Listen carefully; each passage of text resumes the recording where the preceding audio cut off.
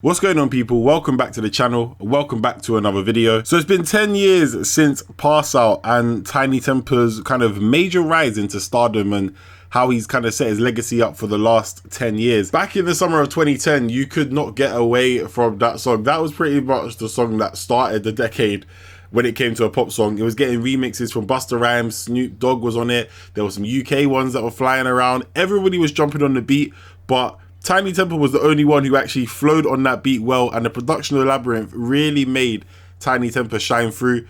Obviously, they collaborated again on Frisky, which came out and everyone was talking about, would you risk it for a chocolate biscuit? That phrase was going around for a while, and then it kind of died off, thank goodness. A bit like YOLO. People were still saying YOLO up until about 2016, 17.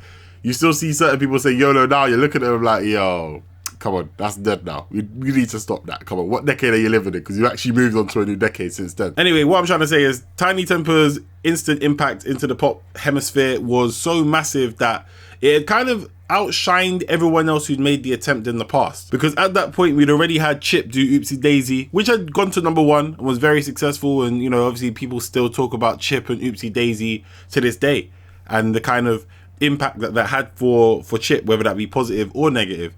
Kano had done This Is The Girl with Craig David, and Wretch 2 was kind of about to start kind of his own push with like Don't Go and Tractor, which came out I believe at the end of 2010. But as much as the other guys I just mentioned had quite, you know, big success, it wasn't on the same success level as Tinie Tempah's. Tinie Tempah went and toured the world. His song Written in the Stars, which had come off the same album as Pass Out and Frisky, which both did extremely well in the UK, that was played at WrestleMania. In 2011, he won Brit Awards and even won a BET Award. And it basically looked like Tinie Tempah was an undefeated unit in the pop world, but was able to cross over into the rap world, which is where he started with tracks like Wifey Rhythm or Perfect Girl with Agent X, which was played on like Channel U days, which was a bang, I can't lie to you. And even the EP Hood Economics, which came out the year before, or came out in 2008 or 2009. And I remember trying to cop that in HMV. HMV, you know, who remembers going to buy CDs of HMV? But I remember going there and they were like, yeah, bro, you come to the wrong place. But a year later, Discovery was one of the biggest albums, and it showed the important status that Tinie Tempah had played in the rap crossover into pop hemisphere. If you like this video and you like the format, then make sure you let me know in the comment section below, because I've got a few more of these I might want to pump out very soon. So yeah, let me know what you guys think in the comment section below. The rebranding of Tinie Tempah. Let's go. Oh yeah, let me not lie as well. Written in the Stars was getting played all over Sky Sports when Premier League football matches were on as well. So you can see the impact that Tinie Tempah's music had, and his run in the charts was incredible as well. Most of the songs that he was releasing as singles, even like Wonder Man with Ellie Goulding, which was a banger in my opinion. Even Invincible with Kelly Rowland was massive, because back in 2009-10, Kelly Rowland was still very popular musically. Obviously, she's still popular now, but she had songs like Motivation with Lil Wayne. Destiny's Child was still relatively, it wasn't as far away as it is now, do you know what I mean? Because right now, if Destiny's Child made a reunion, people go crazy. But back then, obviously, they were still popping in the 2000s, and this is the late 2000s, early 2010s. So it showed the landscape and the reach that Tinie Tempah was able to pull. And as we went into the second album, which came out in about 2013, we saw tracks like Trampoline with 2 Chainz do well. He had a song called Shape on there with Big Sean.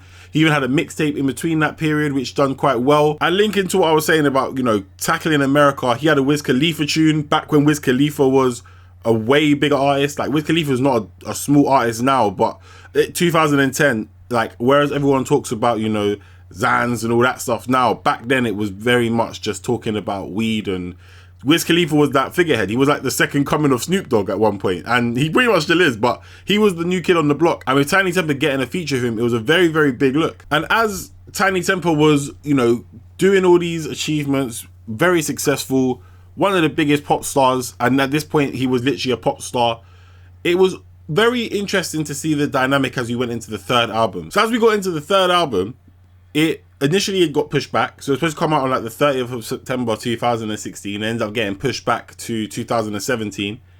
But he did have some big tracks on there. So he had Not Letting Go with Jess Glynn, which was extremely successful. You had Zara Larsson feature on Girls Like, and obviously he did the Lush Life remix as well. We had Mamacita with Wizkid back when Wizkid was not as big. He was still very massive, but commercially he wasn't as big as he was. And he even had a feature with Tinashe, as well as other features on there with MNEK, Kid Ink, Stefflon Don, Bugsy Malone, etc, etc. So you could see that he was actually very, very big. But as the album had come out, it had started to get to a point where Tinie Tempah's influence as like the pop artist was slowly starting to wane as like popular music that we're kind of used to now started to rise. And it kind of left Tinie in this awkward landscape of he's still making pop music and it didn't sound like his contemporaries at the time. In 2010, songs like Pass Out and Frisky were seen as edgy by the commercial audience because a lot of the time that was a pop landscape. That was a Lady Gaga landscape, and I'm not just saying it's just her, but it was very much different to how it is now. And some of you remember that, and others of you probably won't even remember that at all. But as the cultural landscape changed and people started getting more used to music that we're kind of acquainted with today, for example, Western breaking into the chart, because that was a very, very big look, an important look for the whole scene that is today. With Chip and the Bugsy beef, with Tinie being involved, the Youngin part and the Chip Tinie beef going on, I feel like a certain portion of the rap scene had never really looked at Tinie as the guy and giving him props. When Skepta was doing his commercial run back in about 2010, 2011, he was still getting props, but Tinie, I feel like, had been accepted way more from the pop scene than the rap scene. This is something that I actually spoke to Tinchy Strider about when I interviewed him in 2015, because I said to him, like, yo, you and Tinie Tempah weren't necessarily, like, you know, perceived as, like, you know, gang in the rap scene at the time. Like, how did that make you feel? And obviously he told me, like, yo, it didn't really matter because he was doing his thing. He had Rough Squad. But with Tinie, it was still the same thing. He was making tunes for, like, he was making tunes for girls. He's not making tunes for the man them. The man them can't play Tinie Tempah's tunes. So when he went pop, it was kind of like, all right, my brother, you're over there. Apart from a few people that obviously were playing his music, shouting him out, etc, etc. If you don't get what I'm trying to say, then I ain't explaining it anymore anyway. So when we got to 2016, the album got pushed back and the music landscape had changed around Tinie Tempah. It was an interesting phase in his career because once he dropped this project and he dropped his music, he went quiet. Now, I'm talking about musically. I'm not talking about any other projects and campaigns he was working on behind the scenes between 2017 and 2020. But Tinie Tempah's pop influence and major influence in music culture had died down quite a bit. That doesn't mean that he was completely out of the picture because his Disturbing London brand and imprint was doing a lot. And around that same time, that's when we started to get people breaking through off his imprint. You know, people like Young Bane, people like Notes were doing stuff. They're working with Pounds at the moment. So a bunch of, you know, artists started to kind of come through, and it was like, you know, obviously it's with Disturbing London. Tinie Tempah was also always referencing Disturbing London because he said that in about 2006 with his friend Dummy. So he was always doing stuff. It's just that musically he wasn't around that. He wasn't around no more. And why I keep mentioning the landscape because it's so important is because we got songs in 2015 like Shutdown. So when you put songs like Written in the Stars or Frisky or Pass Out against Skepta's Shutdown in 2015, they wouldn't compare because Shutdown was one of the biggest songs of 2015, but it sounded nothing like Tinie Tempah. And back in 2010, if you went to, you know, a standard place and you tried to play a Shutdown, it wasn't getting played because like black music as a major play was not cool. It wasn't cool in the mainstream. And when I mean mainstream, I mean like big mainstream. It's only become that in the last 6 years, since about 2014-15. So as we got to the point where we had the album come out, he released that song Text From Your Ex, which featured Tinashe, and it didn't do as well as Girls Like or Not Letting Go. I felt like the time that Tinie Tempah took away was quite key. He was able to, you know, dominate that pop market that wanted songs that were edgy enough that would, you know, allow them to rap along to it, but be safe enough that, yeah, it wasn't anything, oh my God, no gang stuff. Because listen, there'll be times where even for me, I'll be in certain, like, you know, situations, I would try and play some music. You know what's coming? You know what they're doing? They don't understand it. So then the face goes dull. And you know what you have to do to save it?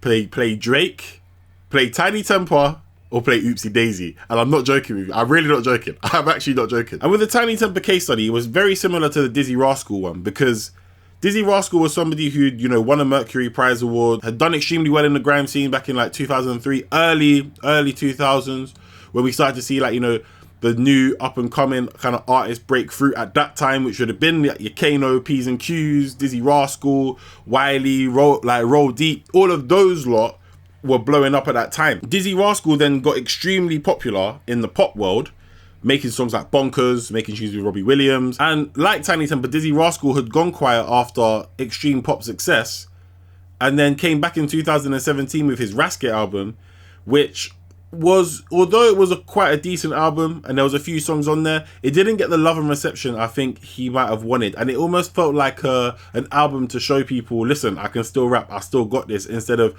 oh, Dizzy Rascal, the don that makes pop tunes. And it's a little bit similar with like Lethal Bizzle as well, who we know from the Fire Camp days and, you know, back in the day that he was about the rap life, and then he made songs like Festa Skank and he had that run in about 2015, which worked. But as the landscape changes, the sound changes, and sometimes if you can't match that sound, you have to take a step back and assess where you are and how you're gonna, you know, reassert yourself into the top of the game once again. And with Tinie Tempah having this break and then coming back as an artist and rebranding himself as Tinie, this was the key aspect, because when you look at Tinie Tempah, right, you think pop star, you think megastar, you think, you know, the guy who was one of the first people in this, you know, new age of music to really break through and change the landscape. He was, I know Chip had Pizza Boy, but at the time Meek Mill wasn't as, you know, as big. Chip had worked with Travis Scott in the past, but they weren't as big. They weren't at their peaks. Tinie had worked with Wiz Khalifa, who was at his peak. That was when Wiz Khalifa was at peak interest.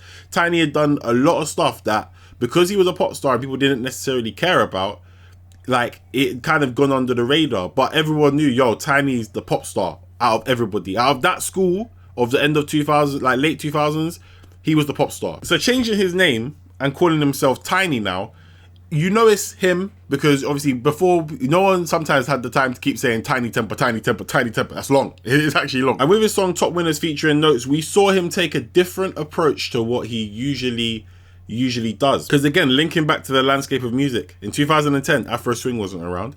In 2010 it still wasn't cool to be African. So you think Afro Swing is gonna pop? Is definitely not gonna happen. Whereas now, him releasing songs with Notes, and even with like Moncler, with Tion Wayne, he's linking up with the artists who are popping now. I'd say definitely more Tion Wayne, who's having a great run at the moment, then Notes, but you can't, you know, deny what Notes has done.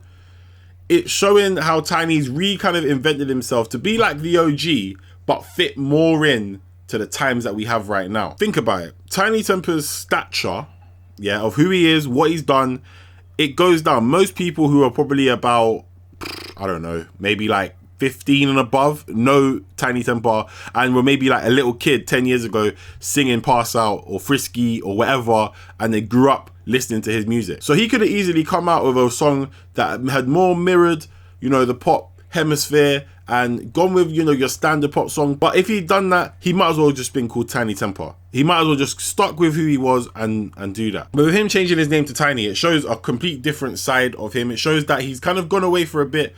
He's had a little bit of a soul search. He's found passion to kind of, you know, go away and think about what he wants to do and his next steps in music, because you can't ride the same wave for a long time. Eventually, it's going to get jarring and it's going to get long and people are going to switch off. So with Tinie, it wasn't necessarily a fact of, oh, I need to drop music because I haven't got money. My guy's got money. My guy's good. Listen, my guy's good. You know, it was there. But it's a situation where the rebrand of Tinie Tempah, or the rebranding of Tinie Tempah to Tinie, was all to do with music and change up the landscape, man. Like I said, people, you might have had a nickname 10 years ago and you haven't got that nickname anymore. Tinie Tempah, even though it's his name, it's his imprint, maybe he looks at it like, yo, that was my younger days. That was when I was a little bit more gassed, a little bit more immature. But now I'm Tinie. It's different. I'm dropping different music. It's a different story. I think with every single track, when you first come back, you know, it's going to get a lot of coverage. A lot of people are writing articles about Tinie Tempah's comeback. And obviously he was kind of going around telling everyone, yo, it's Tinie. I think what made it smart, what was a smart move, is the fact that it's been 10 years since Pass Out. So because of the magnitude of the success of Pass Out in the first place, it allowed Tinie Tempah to come back and be like, yo, like, let me, you know, reach out to certain people like Free Shots of Tequila and all them guys, like, let me do an interview, let me sit down. Like, obviously, even him and ZZ Mills had a little back and forth on Twitter, like, and spoke about some stuff. But it allowed him to kind of come back with the rebrand, and it made sense. It wasn't just a random cold rainy night in Stoke and I'm back now, you know, I was there. No, it made sense. 10 years since his prolific rise. Let's come back with another one. Let's see what we can do. I think Moncler is a banger. The difference is the younger generation who are now into drill music or into certain names. Tinie doesn't necessarily fall at the top of their list anymore. Tinie is not the guy that he was 10 years ago. He's not the number one, like, artist, pop star, because most of the pop stars who are popping back then aren't popping like that back now. Even Rita Ora, to be fair, who he made that tune R.I.P. with back in about 2011, 2012. I'm not looking at any notes, so I can't tell you the exact date. If I got it wrong, I apologize. But even she's not as popping as she was even 5 years ago. And Tinie's been around for a longer time than she has. And as much as he will go around and call himself Tinie, people will still know him as Tinie Tempah, which is not a bad thing. It just shows that, yeah, musically, he's switching up. But I still think with Moncler not getting as many views as I thought it was going to get, because I thought, wow, Tion Wayne's on it, so that's almost going to be a 30 million views. I feel like it's just a situation where he needs to get back in, lock in, but not force it. I don't want to see an album where it's just like trying to lock in with all the people that are popping now and there's no substance behind it. Tinie's somebody who is an OG of this game, whether people like it or not, and I think most people, you know, like it. But even from the rap, I mean, I'm talking about from the rap perspective, not just, you know, your standard person who doesn't really care about rap, pop, whatever, just likes music in general. But I think at this point in time, he has to lock in and then maybe tell us a story. Tell us something that, you know, is going to inspire the next generation of people, because he's been on a journey. He's one of the most successful UK rappers to date. And I feel like if he comes back with an album where he's not really saying anything too much and it's just a bunch of Afro swing songs, he might lose the grip of captivating the next audience who maybe don't know as much about him or didn't see his rise in 2010. But that is just me going off the top of my head. I've probably missed out a bunch of other stuff. Let me know what you guys think. Is Tinie Tempah going to be able to reascend into, you know, the #1 spot or one of the top rappers in the UK? Where do you see Tinie Tempah in today's musical landscape? And do you think that the rebranding of Tinie Tempah is successful? From Tinie Tempah to Tinie, how is that going to work in the long run? Hope you guys have a good day. Leave a comment down below. I'll be back with some more videos. And if you guys like this, then I might start doing a few more of these ones where it's just sit down talking. It's my thoughts, of course. Obviously, everyone else can have another opinion about stuff. But let me know what you think about this one, and then we can move forward from here, because I might have to drop a couple more of these. I've got a few more stories in the stash. Let me just say that. But I'll catch you guys for another video sometime soon. Make sure you leave a like and subscribe. Peace.